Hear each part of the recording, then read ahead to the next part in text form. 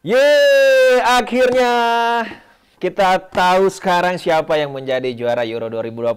Dan tentunya sebelum kita melangkah lebih jauh, saya mau menyapa dulu nih untuk para sport lovers. Assalamualaikum warahmatullahi wabarakatuh dan tentunya salam sport lovers. Senang sekali saya Jamal Rahmat kembali menjumpai Anda di tentunya update informasi terkait dengan Euro 2020. Dan inilah puncaknya, di mana kita sudah mengetahui siapa yang menjadi sang juara.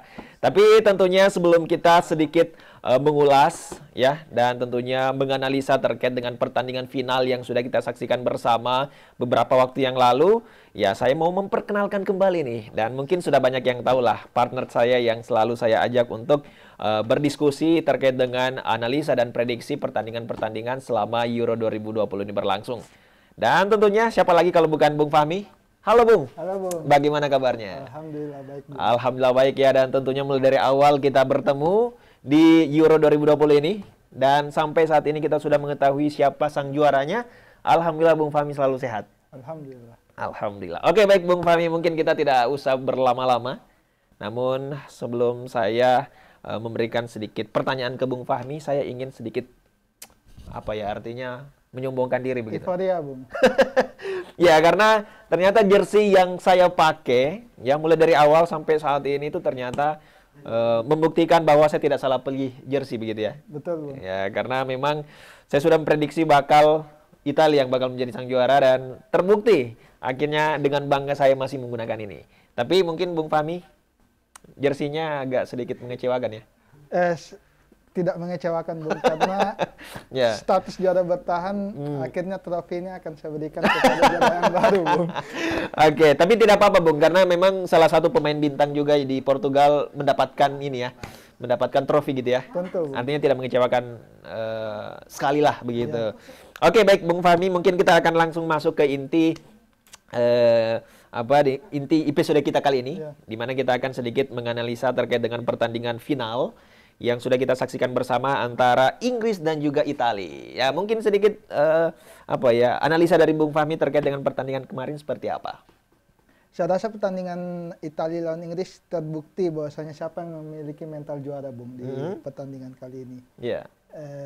Italia sudah teruji dari adu penalti sebelumnya lawan Spanyol dan terbukti di lawan Belgia dan tim-tim besar lainnya yang sebelumnya dihadapi oleh Italia. Sedangkan Inggris bukan tidak teruji, tetapi dari segi adu penalti belum terlihat karena baru pertama kali di laga final ini mereka menghadapi adu tos-tosan di penalti ini. Oke, kalau misalnya kita lihat ya, Italia sempat tertinggal ya. Ya. Dan tentunya ini juga membuat mungkin mental para pemain Italia dan pendukungnya itu sedikit drop. Ya, apalagi kalau misalnya kita lihat memang laga final ini berlangsung di Inggris begitu ya, dan artinya mungkin memang mental dari pemain-pemain Inggris sedikit lebih diunggulkan begitu. Nah, kalau misalnya dilihat dari para pemain-pemain Inggris, ya bisa dikatakan memang hampir dikatakan juaranya mungkin akan lebih ke Inggris. Tapi apa yang membuat sehingga Italia ini bisa menyamakan kedudukan? Sebenarnya dari faktor gol cepat ini terlihat bahwasanya Inggris harusnya bisa mendominasi laga. Tetapi di 20-an menit ke atas Inggris malah cenderung bertahan defense. Terbukti dengan perubahan strategi di dengan formasi 3-4-3 dengan mengisi dua center back yang dua left backnya ditaruh di tengah itu membuktikan bahwasanya ketika mereka diserang dia akan cenderung bertahan dengan menggunakan 3 center back dan 2 left back. Dan itu terbukti bahwasanya setelah gol cepat itu berlangsung akibat Shaw, yang mana sangat terbukti bahwasanya Inggris memiliki sistem permainan bola cepat Bung. Yang dimulai dari Luke Shaw ke Ken di tengah, Ken membuang jauh bola ke sisi kanan pertahanan dari sisi kiri maksud saya Bung, dari pertahanan dari Italia yang didapat oleh Trippier dan umpan lagi lambung menuju ke Luke Shaw, dan gol itu tercipta di menit 1 menit 56 detik dan ini merupakan gol tercepat di selama final Euro, Bung. Oke, ini dan kan sejarah baru, Bung. Betul, sejarah baru, dan ini berlangsung di laga final ya. Iya. Dan tentunya ini juga membuat mungkin para mental dari pemain-pemain Itali cukup down juga ya, karena dia mungkin tidak menyadari bahwa kenapa bisa gol secepat itu terjadi di laga final ini. Iya. Karena mungkin juga para fans dari Italia juga ini tidak menyangka ya kenapa bisa secepat itu. Tapi untungnya Italia ini bisa menyamakan kedudukan dan akhirnya bisa menang. Nah, tapi yang menjadi permasalahan di sini adalah terkait dengan para pemain muda. Banyak yang menyayangkan ini. Kalau misalnya saya lihat di beberapa media-media sosial, banyak yang menyayangkan kenapa Inggris menurunkan pemain mudanya. Apakah memang pelatih ini sangat artinya percaya begitu bahwa pemain muda Inggris memang lebih lebih bisa diunggulkan dibanding dengan para pemain-pemain yang sudah dianggap lebih senior seperti itu? Saya rasa sebenarnya dari sepanjang laga dia menurunkan tetap pemain senior lebih dominan. Iya. Tetapi menjelang extra time, habis full time ini selesai 90 menit berakhir, mulai ada perombakan yang mana khususnya pas menjelang mendekati adu penalti ya, Bung. Yeah. Mereka melakukan 2 pergantian yang saya rasa memang khusus untuk di adu tos-tosan ini. Oke. Dimasukkannya Marcus Rashford dan Jadon Sancho di menit ke 120-an. Ini membuktikan bahwasanya Gareth Southgate memang hanya memasang 2 pemain ini hanya untuk adu penalti.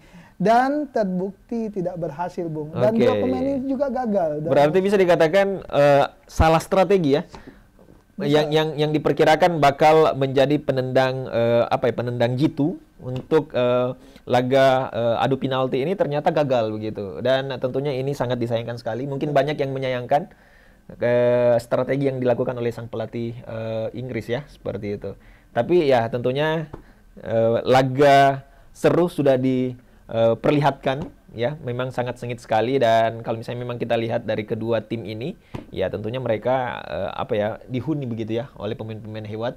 Siapa yang tidak kenal para pemain-pemain dari Italia dan Inggris tentunya. Dan ini patut untuk kita acungi jempol karena kita mendapatkan artinya bukan juara-juara yang kemarin juara-juara lagi begitu, artinya ada juara baru begitu ya. Meskipun mungkin Italia sudah beberapa kali menjuarai Euro, tetapi mungkin ada beberapa tahun jedahnya baru juara lagi seperti itu ya. Dan tentunya di sini kita akan melihat perjalanan Italia mulai dari fase grup sampai dengan dia menjadi juara begitu ya. Oke, baik, kita lihat mulai dari fase grup yang pertama dulu. Dimana kalau kita lihat mulai dari awal sampai akhir, khusus di Euro 2020 ini memang tidak pernah terkalahkan. Bahkan di pertandingan sebelumnya juga ya, kalau saya tidak salah. Semua dengan final ini kalau tidak saya salah, Bung, sekitar 33 laga yang Italia raih meraih kemenangan. Belum pernah terkalahkan. Wow, memang luar biasa ya Italia dan bisa mempertahankan hingga saat ini. Nah, kalau misalnya kita lihat di laga pertama memang sudah memperlihatkan ketajaman ya. Ya, ini sering saya ulangi karena memang langsung mengalahkan Turki dengan skor yang cukup telak 3-0, dan itu kembali terulang lagi pada saat melawan Swiss 3-0. Betul, ya, meskipun untuk di laga-laga selanjutnya mungkin perbedaan selisih gol di antara Italia dan lawannya itu agak sedikit tipis gitu ya, tapi Italia masih tetap konsisten memenangkan laga. Nah, tapi menurut Bung Fahmi sendiri, apakah memang dari awal fase grup sampai dengan Italia juara ini sudah memberikan aura juara begitu, kalau misalnya Bung Fahmi melihat dari line up yang selalu diturunkan oleh sang pelatih Italia sendiri? Tentu, Bung, Italia sangat berubah drastis ketika setelah berganti pelatih di bawah tangan dingin Roberto Mancini. Banyak strategi, bahkan banyak strategi permainan di dalam baik dari starting 11 ataupun dari segi bagaimana mereka bermain di dalam lapangan. Italia akan bertahan jikalau memang dibutuhkan. Jikalau tidak, mereka akan keluar menyerang semua pemain. 10 pemain akan all out attack. Seperti itu, Bung. Itu yang membedakan Mancini dengan pelatih-pelatih yang lain. Dan tentunya mungkin sekarang ini dia membuktikan ya. Karena kita ketahui bersama bahwa di Piala Dunia kemarin Italia tidak sempat lolos gitu ya. Dan sekarang dia masih membuktikan bahwa Italia ini masih menjadi negara yang dihuni oleh pemain-pemain hebat di bidang sepak bola. Betul, Dan itu dibuktikan sekarang sudah menjadi juara begitu di Euro 2020. Ya. Oke, baik. Selanjutnya mungkin kita akan melihat terkait dengan apa ya, pemain-pemain begitu ya yang mendapatkan trofi. Ya, kalau misalnya kita lihat di sini ada beberapa pemain yang sudah di apa ya, artinya diplotkan begitu, yang contoh misalnya pemain muda terbaik, terus juga pemain terbaik dan top skor. Nah, kalau misalnya kita lihat di sini top skor itu sendiri dipegang oleh Cristiano Ronaldo. Nah, banyak yang mengira bahwa mungkin bukan Ronaldo karena Portugal ini agak sedikit cepat pulang gitu ya. Ya. Nah, kalau misalnya memang menurut Bung Fahmi sendiri untuk top skor ini, apakah memang Ronaldo ini agak susah dikejar begitu oleh negara-negara yang masih berlanjut pada saat itu? Kalau saya rasa yang paling berpeluang adalah Harry Kane, karena dia memegang 4 gol kalau saya tidak salah. Iya. Sangat disayangkan di laga final dia tidak menunjukkan tajinya, karena Inggris lebih setelah unggul 1-0 itu mereka lebih cenderung bertahan. Yeah. Ini sangat disayangkan. Yang membuktikan bahwasanya Ronaldo walaupun tersingkir lebih dulu negaranya, dia tetap bisa menunjukkan bahwasanya walaupun tua dari segi usia, dia tetap bisa mengalahkan yang muda gitu. Iya, dan mungkin ini adalah Euro terakhir ya untuk Ronaldo ya. Kalau misalnya kita lihat. Ya, karena sekarang umurnya sudah 30-an lebih. Ya. Kecuali kalau misalnya memang dia mau pensiunnya 50 tahun mungkin, nah masih bisa ya. Karena kalau kita lihat staminanya juga masih prima ya. Banyak yang mengatakan bahwa stamina Ronaldo di umur 30-an sekarang ini masih sama dengan stamina pemain bola yang umur 20-an gitu ya. Karena mungkin apa ya, artinya lifestyle-nya itu kan teratur ya, artinya tidak mengkonsumsi alkohol dan tidak tato juga ya kalau saya tahu, setahu saya ya, dan tentunya ini juga mungkin yang membuat Ronaldo bisa apa ya, tetap artinya masih bugar, tetap fit gitu ya, tetap bugar di usia yang 30 tahunan ini. Oke, baik, selanjutnya mungkin kita akan melihat terkait dengan trofi-trofi yang lain, di mana selain top score, di sini juga ada pemain terbaik tentunya ya yang akan kita lihat. Dan tentunya kalau misalnya kita lihat dari pemain terbaik di sini, saya rasa cukup pantas ya didapatkan oleh sang kiper Itali.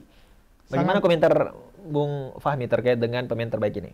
Sangat pantas, Bung, karena di 2 match yang sangat krusial bagi Itali di semifinal maupun di final, Donnarumma lah yang paling berperan penting dalam ini. Dengan berapa kali save-nya di penalti, itu membuktikan bahwasanya dia memang layak sebagai player of tournament di Euro 2020 kali ini. Oke, berarti memang sangat layak ya diberikan oleh Donnarumma terkait dengan pemain terbaik. Karena ada beberapa begitu yang disebutkan oleh Bung Fahmi, ada beberapa penalti yang sempat ditepis begitu ya, dan tentunya ini membuat Italia bisa menjadi juara. Nah, selain pemain terbaik, ada juga pemain muda terbaik ya. Nah, kalau misalnya terkait dengan pemain muda terbaik, apakah sosok yang satu ini juga layak menurut Bung Fahmi, ataukah memang ada yang sedikit lebih layak dari ini yang bisa disematkan untuk pemain muda terbaiknya? Bagi saya layak. Pedri memang sangat layak di timnas Spanyol. Terbukti Luis Enrique sering sekali memasang dia dibandingkan Thiago Alcantara, dibandingkan Fabian Ruiz, dibandingkan Rodri, yang mana 3 pemain ini kita tahu sangat hebat di klubnya masing-masing. Tetapi Pedri juga tidak mengecewakan Luis Enrique. Terbukti Spanyol bisa sampai melaju ke semifinal berkat kuatnya lini tengah dari Spanyol. Oke, berarti memang layak ya mendapatkan trofi sebagai pemain muda terbaik ya, karena tentunya juga bisa membawa Spanyol ya sejauh itu semifinal, dan tentunya itu tidak mudah karena memang saingan-saingan mereka, negara-negara yang lain itu tentunya merupakan negara kuat juga, dan bertahan sampai semifinal itu adalah hal yang tidak mudah untuk Spanyol. Dan tentunya di balik itu semua ada pemain muda ini yang berperan penting sehingga bisa membawa Spanyol bisa sampai ke semifinal. Dan kalahnya pun lewat adu penalti, Bung. Saya rasa tidak terlalu memalukan lah. Ya, tidak terlalu memalukan ya. Kecuali kalau misalnya kalah telak. Kalau saya tidak salah kemarin kayak Denmark ya. Iya. Kalau saya tidak salah ya langsung dibantai 4-0 kalau saya tidak salah. Padahal itu sudah di fase yang cukup tinggi misalnya ya. Iya. Nah itu kan sedikit meskipun ya kita bisa memaklumi lah karena memang Denmark mungkin tidak terlalu banyak dihuni oleh pemain bintang. Tapi ya setidaknya jangan 4-0 lah ya. Iya, betul, Bu. Apalagi kalau misalnya sudah di babak-babak yang menjelang babak final itu kan sebenarnya ya ada strategi gitulah begitu yang sangat merugikan. Sangat merugikan, betul-betul sekali. Oke, baik, Bung Fahmi, itu sedikit ulasan ya. Terima kasih tadi ulasan-ulasan singkat yang sudah Bung Fahmi berikan. Dan tentunya juga kita sudah ketahui siapa sang juara Euro 2020 dan juga pemain-pemain terbaik tentunya. Dan top skor juga kita sudah ketahui. Nah, saya ingin meminta sedikit tanggapan Bung Fahmi nih terkait dengan aura Euro 2020 ini di tengah pandemi COVID-19. Apakah ada sedikit perbedaan yang dirasakan oleh para penggemar ataupun pemain dibanding dengan Euro sebelumnya pada saat pandemi belum ada? Ataukah memang ada perubahan yang membuat orang merasa bahwa kayaknya Euro 2020 ini kurang seru gitu? Atau seperti apa nih pandangan Bung Fahmi sendiri? Saya rasa pandemi ini pasti ada dampak terkait dengan antusias penonton dan lain sebagainya karena ada pembatasan di situ. Tetapi saya rasa itu tidak menghentikan euforia Euro 2020 kali ini, Bung. Walaupun langsung di 2021, tetapi atensi dari penonton, baik dari official team dan lain sebagainya, semua sangat antusias, Bung. Menanti siapakah yang akan memegang trofi Euro kali ini. Oke, dan tentunya kita wajib untuk menunggu ya siapa kira-kira yang bakal menjadi sang juara Euro berikutnya. Ya, karena ini tentunya butuh waktu 4 tahun lagi ya supaya kita bisa mendapatkan juara terbaru. Dan tentunya banyak yang mengatakan bahwa Euro ini merupakan kasta kedua dari Piala Dunia. Ya, jadi kalau misalnya memang kita melihat, wah ternyata memang cukup bergengsi juga ya Euro ini dan tentunya ini sangat dinantikan oleh para tim-tim atau negara-negara yang berlaga di Euro 2020.